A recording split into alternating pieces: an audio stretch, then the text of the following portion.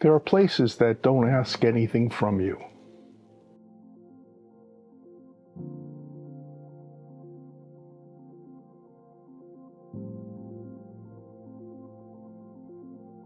They don't need to be captured. They don't need to be explained. They simply ask you to be here. I came to Antarctica prepared. The best cameras, the longest lenses, the intention to bring home something extraordinary. I thought I understood what it meant to witness a place like this. I thought it meant coming home with the image. But somewhere along the way, the gear grew heavier, not physically, but mentally. I found myself searching for the shot, the angle, the composition that might feel worthy. And then, one morning, I stepped onto the empty deck at sunrise and no one was there.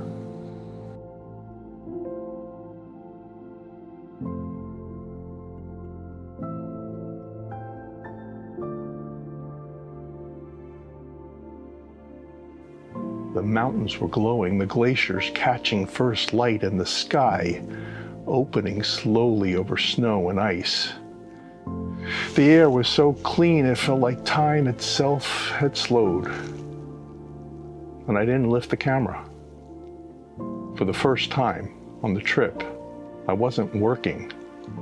I was simply standing there, breathing. Antarctica wasn't asking for performance, it was asking for presence. It is an immense privilege to stand in a place like this. Very few people will ever see it. And privilege doesn't demand extraction, it demands reverence. When I stopped working, I began to notice something else. Time. Back home, time hangs on a wall. It moves in numbers, in appointments, in deadlines, in urgency. But here, time rests in layers, in ice formed over millennia.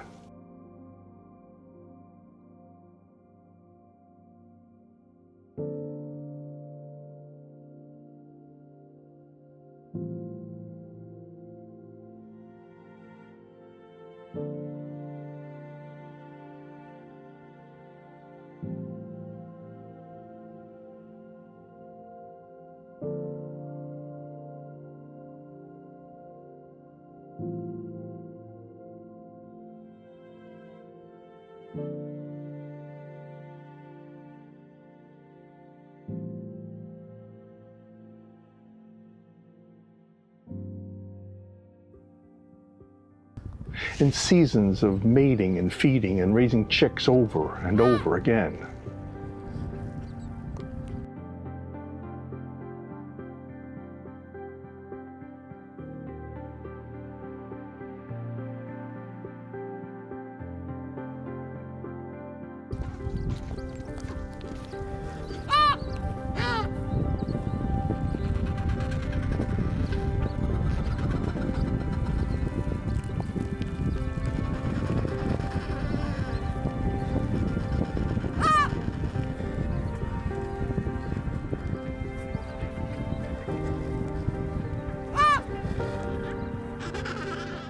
An orca teaching her calf how to hunt.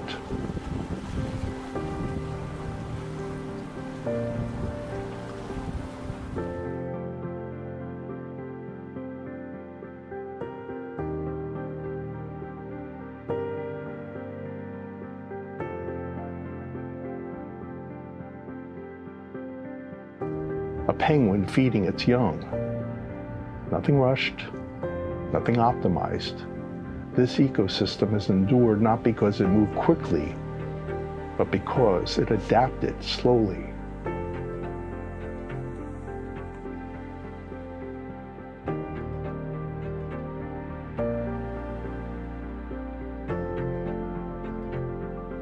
A glacier doesn't hurry.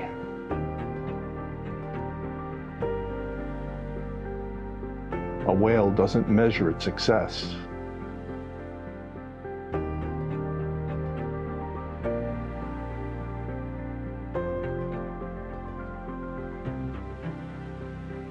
life here is not efficient. It is patient.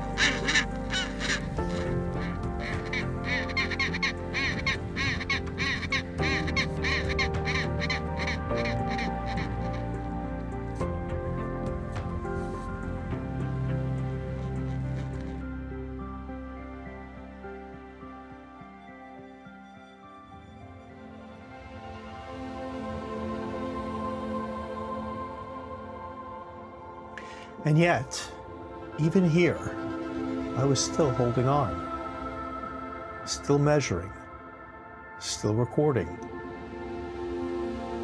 On the way home, crossing the Drake Passage, the ocean felt alive, the hull rising and falling through long southern swells.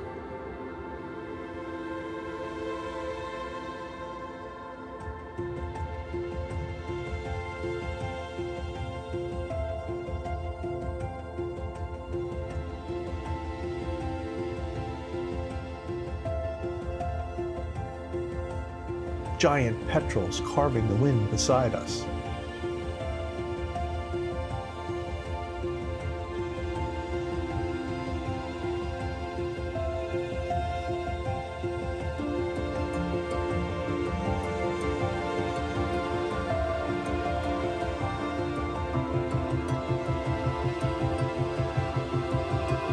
Albatross gliding for miles without a single wing beat.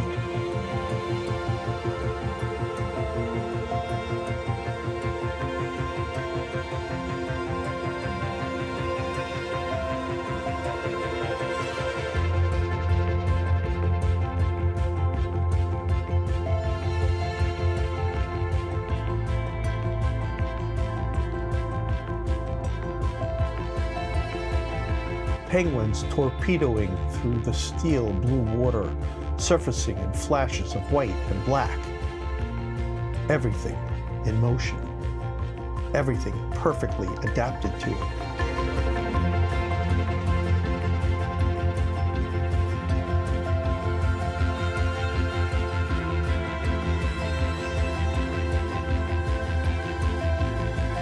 And then, as if the ocean wasn't finished, dolphins began racing alongside the ship, porpoising through the swells in perfect rhythm with the waves.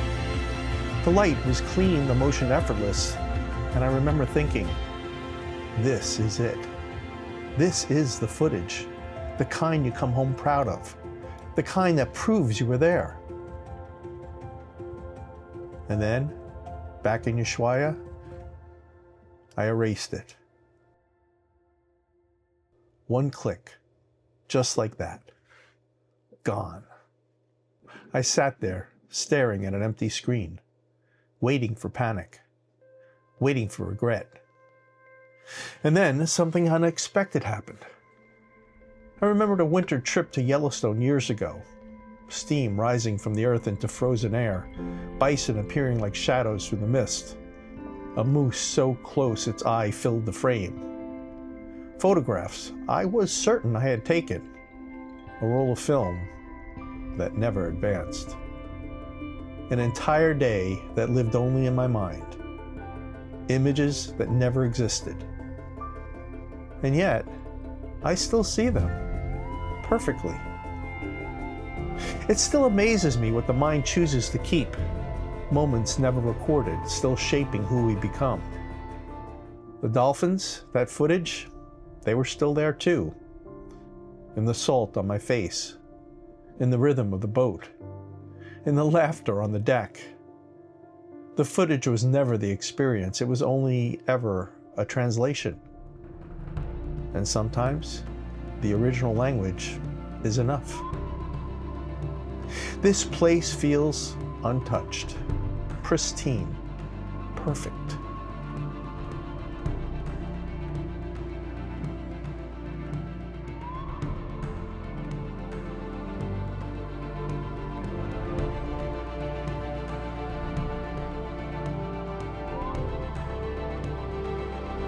But it is not immune. There were pressures before, whaling, fur seals hunted nearly to extinction, and through protection, through human intervention, it rebounded, which means something important.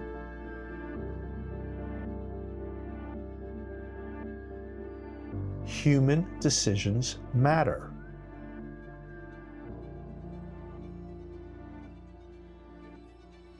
The orca teaching her calf.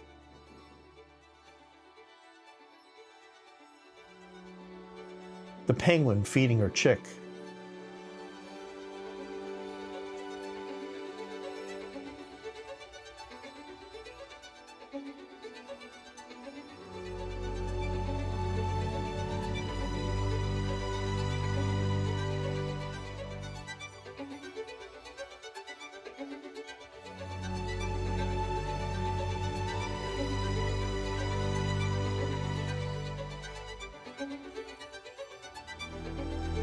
The glacier layered in time.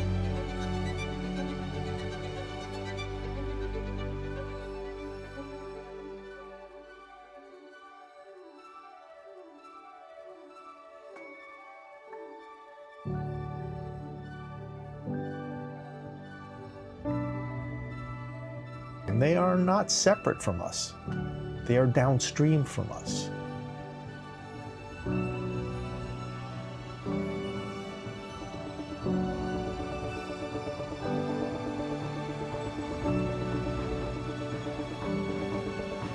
One day, my children and grandchildren will not inherit Antarctica. They will inherit the consequences of what we chose. Standing there in the quiet, I realized something else. Responsibility doesn't require urgency, it requires awareness. When I left, I didn't bring home the perfect shot. I brought home something quieter, a slower breath, a softer urgency, a reminder that not everything meaningful needs to be captured. Some things are meant to be lived.